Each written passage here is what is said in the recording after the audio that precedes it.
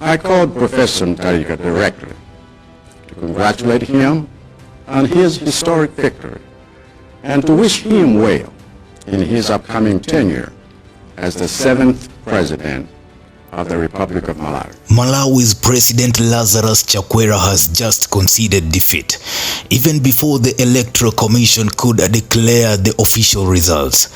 A sitting president stepping aside willingly after realizing the numbers are against him.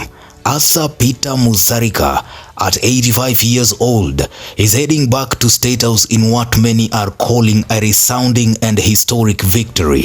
But here's the kicker. Chakwera's one-term presidency is already being used as a warning shot to others on the continent, especially Kenya, where the chant one term or one term is now louder than ever. Ataenda one term. Sema one term. Let's start with the facts. Provisional results from 2/3 of Malawi's districts gave Mutharika a crushing 66% of the vote against Chakwera's 24%. These aren't margins you fight in court. These are numbers that erase doubt. And so, in a rare and mature move for African politics, Chakwera phoned Mutharika personally, congratulated him, and promised a peaceful transition. I called Professor Mutharika directly to congratulate him on his historic victory and to wish him well in his upcoming tenure as the 7th President of the Republic of Malawi.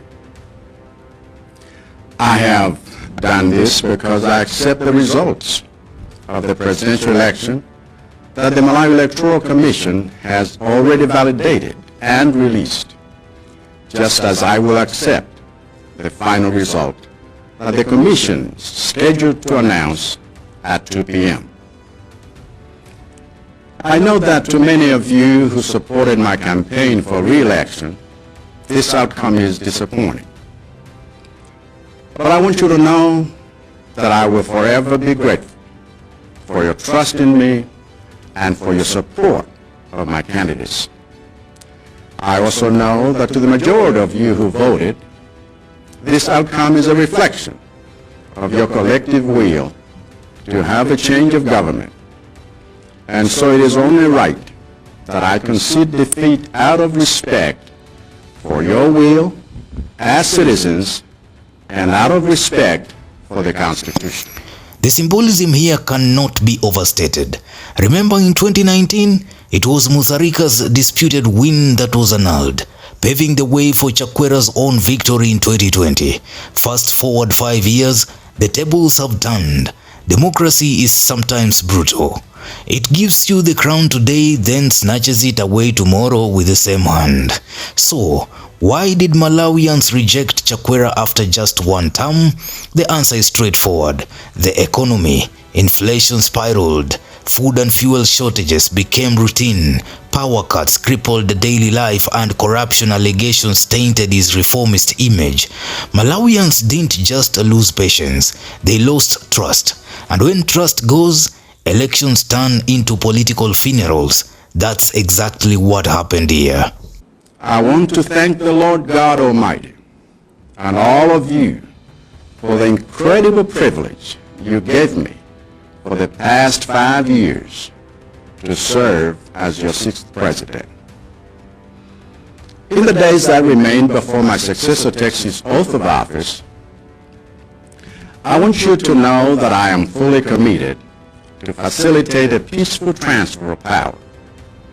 I have already instructed my team to begin preparations to render the incoming administration any support needed to ensure a seamless process that safeguards our nation's peace, order, institutions, public services, and constitutionalism. Meanwhile, Arthur Peter Mutharika, dismissed just a few years ago as too old, too tired, and too controversial, has engineered one of the most dramatic political comebacks in Africa. At 85, he returns not as a survivor, but as a conqueror. His campaign message was brutally simple: I will fix the economy. It resonated. On social media, reactions are pouring in. Some Malawians are celebrating Chakwera's graceful concession as a democratic milestone. Others are mocking him for promising reforms but delivering shortages. And across East Africa, comparisons are being drawn, especially with Kenya. Here's where Kenyans are paying attention. The chant "WANTAM" is not just a meme anymore. It's a political prediction. Chakwera's downfall mirrors the same frustrations many Kenyans express daily.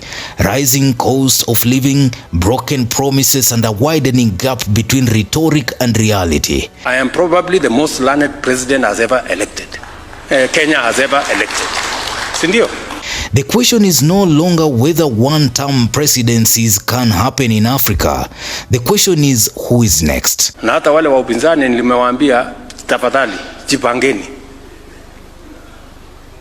Kasongo, sijui Ruto must go, or sijui one term haitoshi.